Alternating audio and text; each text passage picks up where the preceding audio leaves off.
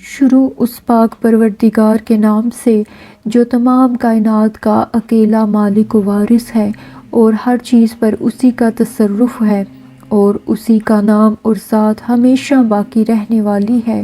اور بے مثال درود و سلام حضرت محمد صلی اللہ علیہ وآلہ وسلم کی ذات اقدس پر، جن کی زندگی کا ہر طریقہ کار لوگوں کے لیے قرآن کا عملی ثبوت ہے اور بہترین راستہ ہے سیدھی اور سچی راہ پر چلنے کا۔ ناظرین، میری پہلی ویڈیو کا مقصد دنیا کے ان لوگوں کو ایک خدا کی پرستش کی سچائی سے آگاہ کرنا تھا جو ایک خدا کے وجود کی سچائی سے آگاہ نہیں ہے، اور بت پرستی کی بے حقیقتی کی طرف توجہ دلانا تھا۔ اسی سلسلے میں میری آج کی دوسری ویڈیو کا مقصد لوگوں کو توحید کے بارے میں آگاہ کرنا ہے۔ ناظرین، توحید کا مادہ ہا دال ہے اور لغوی معنی ہے یکتا ماننا، واحد ٹھہرانا، ذاتی اور صفاتی طور پر اللہ کو اس کی ذات میں اور صفات میں یکتا اور بے مثل جاننا، اس کو ازل اور ابد جاننا توحید ہے، وہ جامع ذات جو تمام عیوب سے پاک ہے۔ ناظرین، ایمان، عقل، بھروسہ، اخلاص چاروں توحید کی اصل ہیں۔ ایک خدا کی حقانیت اور یگانیت کے ساتھ کسی دوسری ہستی کو قطعی شریک نہ ٹھہرایا جائے، اور اپنے تمام تر کاموں کا منبع صرف ایک ہی خدا کو سمجھا جائے۔ ناظرین، توحید کا مطلب ایک خدا پر ایمان لانا ہے، اور یہ ایمان زبان سے اور دل کی گہرائیوں سے قبول کرنا ہے کہ سب کچھ خدا ہی کا ہے، اور اس کے ساتھ اس کی خدائی میں کسی کو شریک نہ ٹھہرایا جائے۔ اپنے کاموں کو اس خدا کی مرضی کے ساتھ دنیا میں چلانا اور ایک خدا کی سچائی کے ساتھ ڈھالنا حقیقتاً توحید ہے۔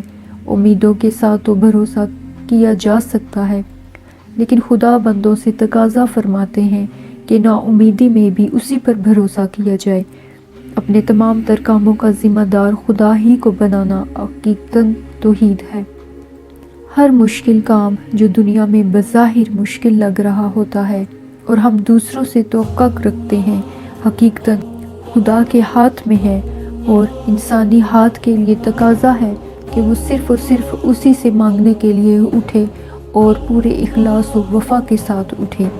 ناظرین، خدا فرماتے ہیں سورہ اخلاص میں، آپ کہہ دیجئے کہ وہ یعنی اللہ ایک ہے، اللہ بے نیاز ہے، اس کے اولاد نہیں، اور نہ وہ کسی کی اولاد ہے، اور نہ کوئی اس کے برابر کا ہے۔ ناظرین، خدا بندوں کو مختلف دلائل اور نشانیاں دیتے ہیں کہ وہ اس کی حقیقت کو جانیں، دیکھیں، پرکھیں، سمجھیں اور اس کی طرف رجوع کریں۔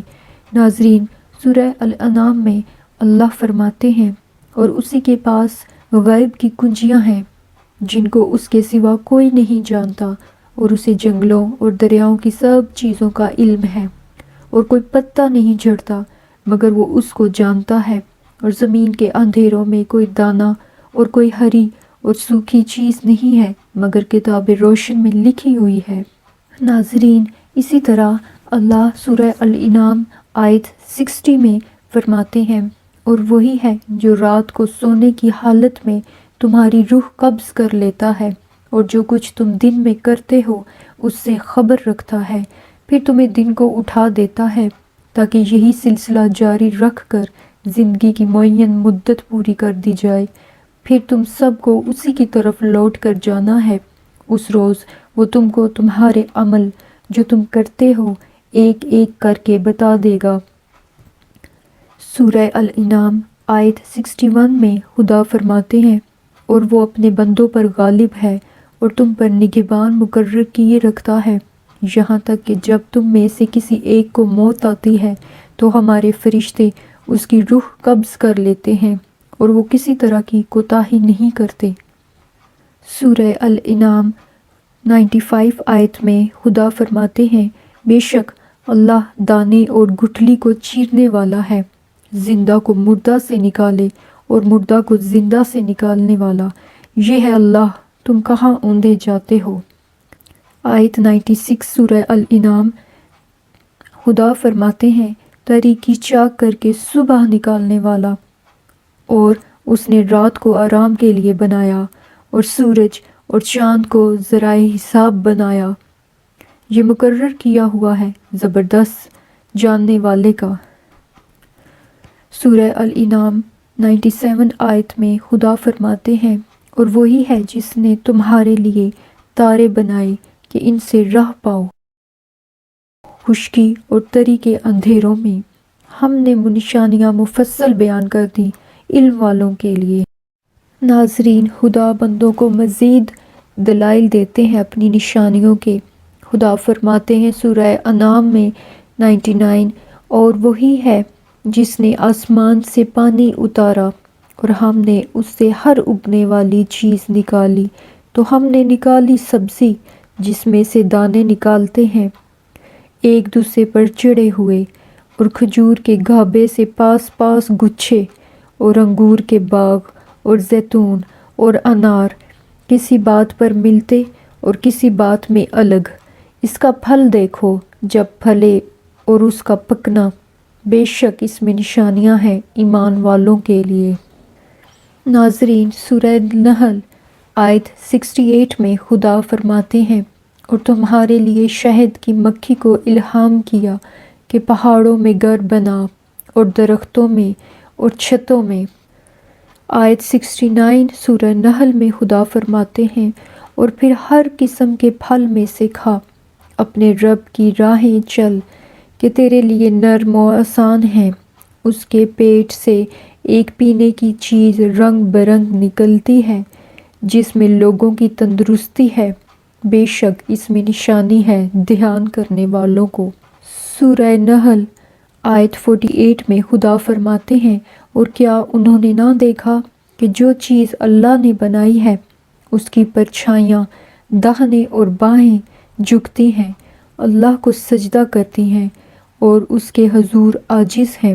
اسی طرح آیت 49 اور 50 سورہ نحل میں خدا فرماتے ہیں اور اللہ ہی کو سجدہ کرتے ہیں جو کچھ آسمانوں اور جو کچھ زمین میں چلنے والا ہے، اور فرشتے، اور وہ غرور نہیں کرتے، اپنے اوپر اپنے رب کا خوف رکھتے ہیں اور وہی کرتے ہیں جو انہیں حکم ہو۔ ناظرین، سورہ ملک آیت 2 میں خدا فرماتے ہیں وہ جس نے موت اور زندگی پیدا کی کہ تمہاری جانچ ہو تم میں کس کا کام زیادہ اچھا ہے، اور وہی عزت والا اور بخشش والا ہے۔ سورہ ملک آیت 3 اور 4 میں خدا فرماتے ہیں جس نے 7 آسمان بنائے ایک کے اوپر دوسرا، تو رحمان کے بنانے میں کیا فرق دیکھتا ہے؟ تو نگاہ اٹھا کے دیکھ، تجھے کوئی رخنہ خرابی و عیب نظر آتا ہے؟ پھر دوبارہ نگاہ اٹھا، نظر تیری طرف ناکام پلٹ آئے گی تھکی ماندی۔ ناظرین، سورہ ملک آیت 22 میں خدا فرماتے ہیں اور کیا انہوں نے اپنے اوپر پرندے نہ دیکھے، پر پھیلاتے اور سمیٹتے، اور انہیں کوئی نہیں روکتا سوائے رحمان کے، بے شک وہ سب کچھ دیکھتا ہے۔ آیت 23 سورہ ملک میں خدا فرماتے ہیں تم فرماؤ جس نے تمہیں پیدا کیا اور تمہارے لیے کان اور آنکھ اور دل بنائے، کتنا کم حق مانتے ہو۔ سورہ ملک آیت 25 میں ہے تم فرماؤ بھلا دیکھو تو اگر صبح کو تمہارا پانی زمین میں دھس جائے تو وہ کون ہے جو تمہیں پانی لا دے نگاہ کے سامنے بہتا۔ سورہ یونس آیت 5 میں ہے اور وہی ہے جس نے سورج کو جگمگاتا بنایا اور چاند چمکتا اس کے لیے منزلیں ٹھہرائیں کہ تم برسوں کی گنتی اور حساب جانو۔ اللہ نے اسے نہ بنایا مگر حق، نشانیاں مفصل بیان فرماتا ہے علم والوں کے لیے۔ ناظرین، کائنات کا خالق بھی اللہ ہے اور فرما روا بھی اللہ ہی ہے۔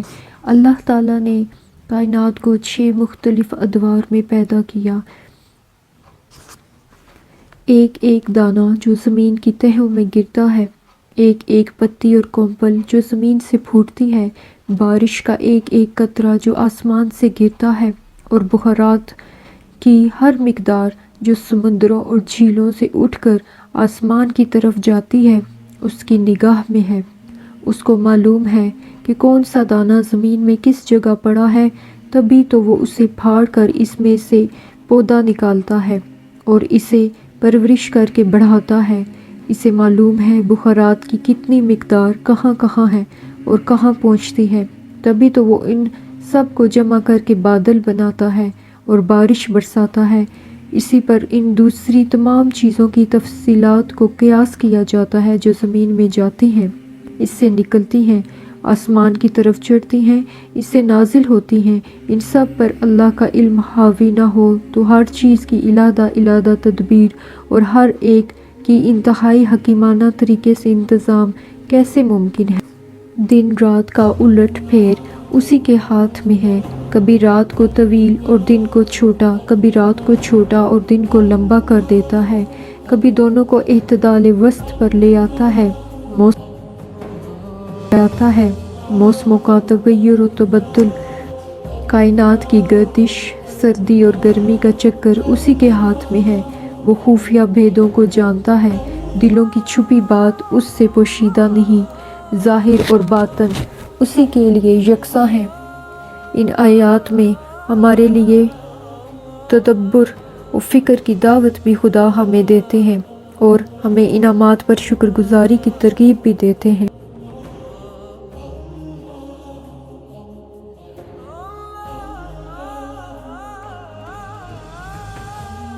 ناظرین، اللہ تعالیٰ ایسی ہستی ہے جو عزیز بھی ہے اور حکیم بھی۔ اللہ ایسا زبردست قادر ہے جس کے فیصلے کو نافذ ہونے سے دنیا کی کوئی طاقت نہیں روک سکتی، اس کی مزاحمت کسی کے بس میں نہیں، اس کی اطاعت ہر ایک کو کرنی ہی پڑتی ہے، ہاں وہ چاہے یا نہ چاہے۔ اس کی نافرمانی کرنے والا اس کی پکڑ سے نہیں بچ سکتا۔ جو وہ کچھ بھی کرتا ہے حکمت و دانائی سے کرتا ہے۔ اس کی تخلیق، اس کی تدبیر، اس کی فرما روائی، اس کے احکام، اس کی ہدایت سب حکمت پر مبنی ہے۔ اس کے کسی کام میں نادانی اور حماقت و جہالت کا شائبہ تک نہیں ہے۔ اس کا فیصلہ سراسر دانائی پر مبنی ہوتا ہے۔ جو فیصلہ زیر دستوں کے ساتھ درگزر کرتا ہے، اپنی رعیت کے ساتھ فیاضی کا برتاؤ کرتا ہے اور تمام صفات اس کی ذات میں جمع ہیں، اپنے تمام تر فیصلے ٹھیک علم کے مطابق کرتا ہے اور اپنے اقتدار کو بے رحمی کے ساتھ استعمال نہیں کرتا۔ ہمیشہ کائنات کی ہر چیز نے اس حقیقت پر اظہار و اعلان کیا ہے کہ اس کا خالق و پروردگار ہر عیب اور نقص اور خطا اور برائی سے پاک ہے۔ اس کی ذات پاک ہے، اس کے افعال پاک ہیں، اس کے احکام پاک ہیں۔ کائنات کا ذرہ ذرہ اپنے رب کی پاکی بیان کرتا رہا ہے اور آج بھی کر رہا ہے۔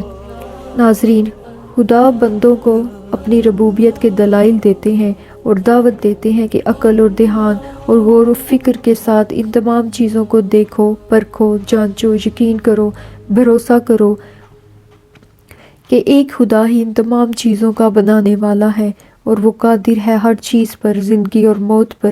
ہر چیز میں اسی ہی کا تصرف ہے اور اختیار ہے اور بیماری اور شفا اسی کی طرف سے ہے۔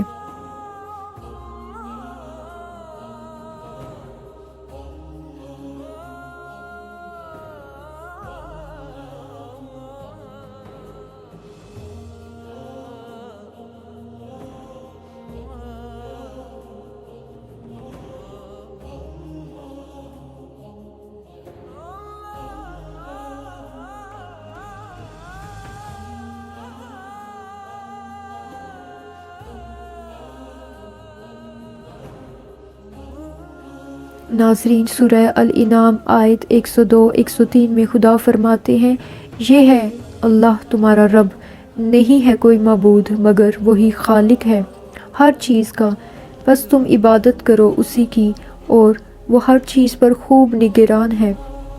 نہیں پا سکتی اس کو آنکھیں اور وہ پا لیتا ہے سب آنکھوں کو، اور وہ بڑا باریک بین، خوب خبردار ہے۔ ناظرین، نبی اکرم صلی اللہ علیہ وآلہ وسلم نے فرمایا کہ تم اللہ کی عبادت اس خلوص و یقین کے ساتھ کرو گویا خود تم اس کو دیکھتے ہو، کیونکہ تم اگر اس کو نہیں دیکھتے وہ تو تمہیں ضرور دیکھتا ہے۔ نبی اکرم صلی اللہ علیہ وآلہ وسلم کی دعا کی ایک تفسیر ہے، تو ہی پہلا ہے، کوئی تجھ سے پہلے نہیں، تو ہی آخر ہے، کوئی تیرے بعد نہیں، تو ہی ظاہر ہے، کوئی تجھ سے اوپر نہیں، تو ہی باطن ہے، کوئی تجھ سے مخفی تر نہیں۔ بے شک اللہ ہی کی ذات ہمیشہ باقی ہے اور ہمیشہ اسی ہی کی ذات باقی رہنے والی ہے، ازل سے ابد تک۔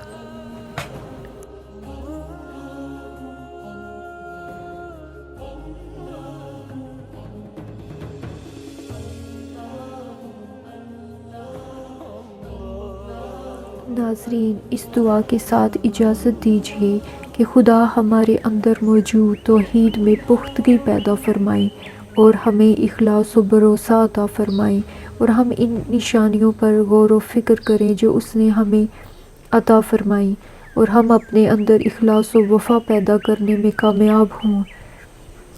خدا حافظ۔